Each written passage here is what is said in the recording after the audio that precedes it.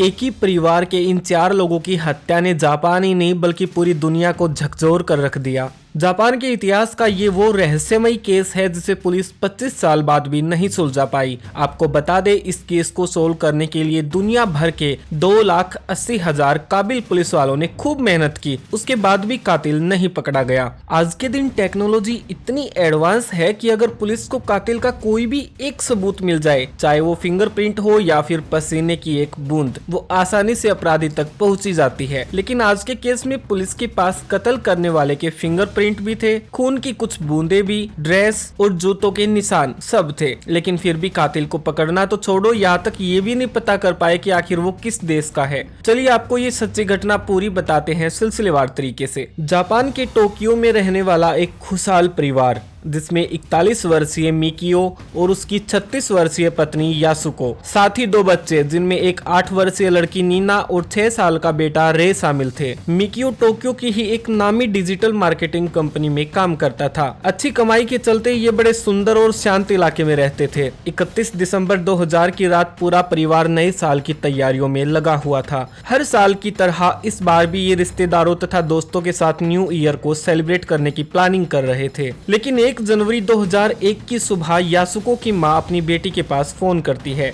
उसकी मानसिकता थी कि न्यू ईयर विश कर दे। जब उसने फोन किया तो किसी ने भी फोन नहीं उठाया। जब मिकियो के फोन पर फोन किया तो उसने भी फोन नहीं उठाया। शुरू में उसे लगा कि हो सकता है न्यू ईयर की तैयारियों में लगे हों, लेकिन दोपहर तक जब फोन नहीं उठाया गया और ना वापस कॉल आई तो उसे चिंता होने लगी। आखिरकार यासुको की मां मियाजावा ने अपनी बेटी के घर जाने का फैसला लिया। जब वो वहां पहुंची तो उसने देखा कि घर के सभी गेट खुले पड़े हैं। ये बात उसे बड़ी अजीब लगी। मियाजावा जब अंदर कमरे में गई तो उसके पैरों तले जमीन निकल गई। पूरा कमरा खून से लथपथ था। सामने मिकियो, यासुको, नीना और रे की लाश पड़ी थी। शव देखकर साफ लग रहा था कि किसी ने तेजधार हथियार से इनकी हत्या की है। मियाजावा ने तेज तेज रोना चिल्लाना शुरू किया। आस पड़ोस के लोगों ने जब औरत के चिल्लाने और चीखने की आवाज सुनी तो भागकर घर की तरफ पहुंचे। मंजर देखकर पड़ोसी भी सदमे में थे कि भला कोई इतनी बर्बरता से किसी की हत्या आखिर कैसे कर सकता है। इस पूरी घटना की जानकारी तुरंत पुलिस को दी गई।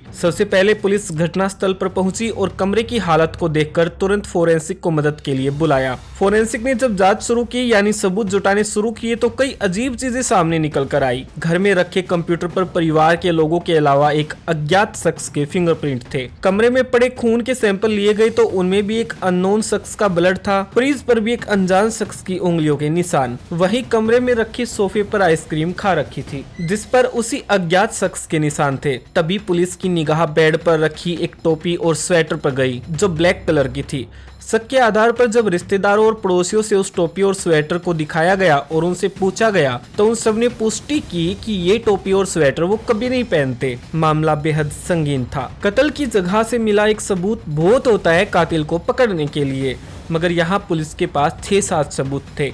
जापान पुलिस को लग रहा था कि वो इस केस को जल्दी सुलझा देंगे, मगर हकीकत कुछ और थी। सबसे पहले पुलिस ने उस स्वेटर और टोपी की तलाश शुरू की कि ये किस दुकान पर बेची जाती है। जांच में पता चला कि ऐसी टोपी और स्वेटर तो काफी दुकानों पर मिलते हैं। अब इस थ्योरी के हिसाब से कातिल को पकड़ना नामुमकिन था, क्योंकि कई हजार खरीदारों में से एक कातिल कौन है ये पता नहीं चल सकता था। दूसरी तरफ घटनास्थल से मिले फिंगरप्रिंट का जब डेटा एनालिसिस किया गया तो किसी से भी मैच नहीं हुआ। इसके बाद पुलिस ने उस अनजान शख्स के ब्लड की जांच की तो डीएनए किसी से भी मैच नहीं हुआ। इस डीएनए की और बारीकी से जांच करने के बाद पता चला कि इस डीएनए में जो जीन है वो कोरिया या यूरोपियन लोगों में पाए जाते हैं। पुलिस को अब ये तो पता चल चुका था कि कातिल या तो यूरोपियन है या फिर कोरिया। जापान पुलिस ने कई देशों की पुलिस की मदद लेते हुए करीब 70,000 संदिग्ध लोगों का डीएनए और फिंगरप्रिंट फिर से एनालिसिस किए, लेकिन अब भी पुलिस के हाथ खाली थे। 2012 आते आते इस पर 2,80,000 पुलिस वाले अपनी छानबीन कर चुके थे। इसके बाद फैसला लिया गया कि फिर से नए सिरे से जांच शुरू की जाएगी।